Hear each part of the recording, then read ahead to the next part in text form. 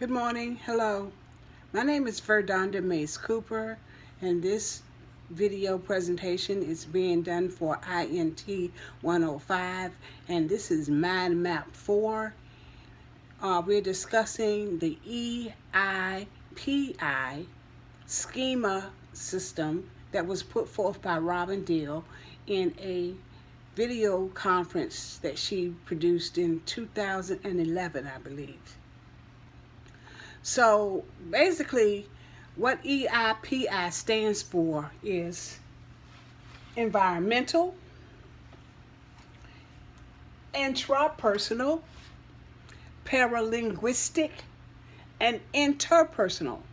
And all of this is based on the demand control schema that's needed for the interpreting process.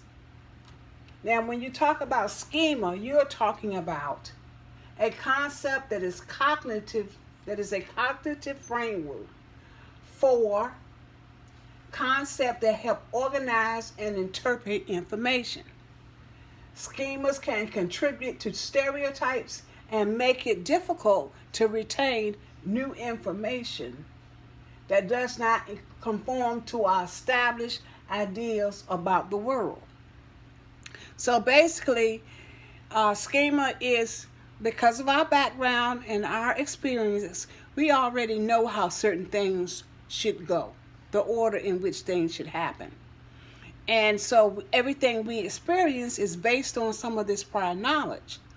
But what they're saying here is that a schema can work against you because once you have that prior knowledge, you may be unwilling to accept newer knowledge that would offer a different scenario. When you're talking about demands and controls, demands are about the job. Controls are about the worker. Controls are skills or other decisions or other resources that an interpreter can bring to bear in response to demands presented by a given work assignment. So that's how they balance each other off. There are controls that the interpreter uses to help offset the demands of the job. So under the EIPI initials for this schema that Robin Deal put forth are environmental, and that is which is specific to the setting, physical surroundings of the personnel and the clientele.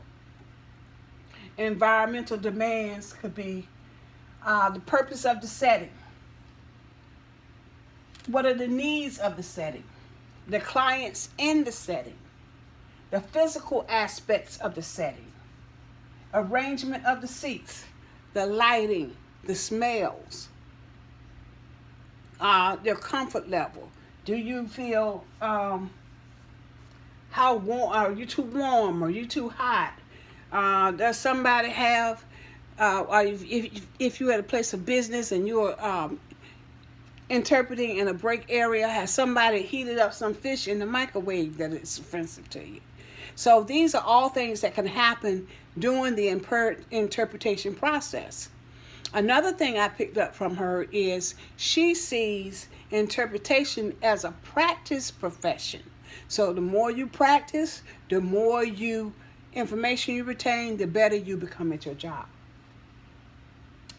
So we did the E and the I, environmental and intrapersonal. And now we're going to do the paralinguistic. So paralinguistic is anything that is specific to the consumers. And paralinguistic demands could be the accent of the speakers. Do you understand the accent? What about how fast they speak? How fast they speak, I'm sorry.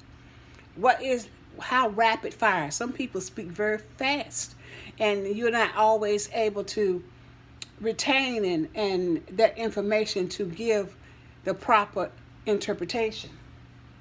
The clarity of enunciation, that's another thing. that can get in the way of an interpreter doing the best job. Is how well is the person that they're interpreting the information from, how well do they speak as a speaker or presenter? And lastly, you have interpersonal. And interpersonal deals with the interaction of the consumer and the interpreter. So this I stands for what happens between the two, the consumers and the interpreter. What's going on there? So interpersonal is if the clients are seen to show displeasure with the interpreting process. They may become bored or distracted. They may be interrupted by outside influences, like their cell phone or those little beep prompts whenever you get a message. The interpreter may not be able to control the flow of information because of so many other draws and pulls on the interpreting process at the time. Some of the other interpersonal things that may get in the way for the interpreter is overthinking the process.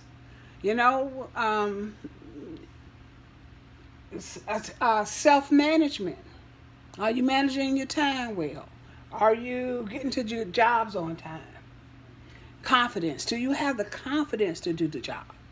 You may be very well able to do it, but if you're not confident and you do not elude confidence when you come into the room, everybody's going to doubt you because they feel they're picking up that self-doubt. Some of the pros a misconception. You could get an interpreted thing wrong. When do you stop? When do you say, I'm sorry, I made a mistake? How do you correct yourself? So all of this is part of that helping profession, but it's also a part of the practice profession, because the more you practice, the better you get. The more things you're involved in, the more environments you're involved in, the more you'll be able to do your job correctly. So I thank you for this time, and I'm hoping that I can get everything uploaded. My computer's not working. My phone is the only thing I'm relying on, so we'll see how this does. Thank you.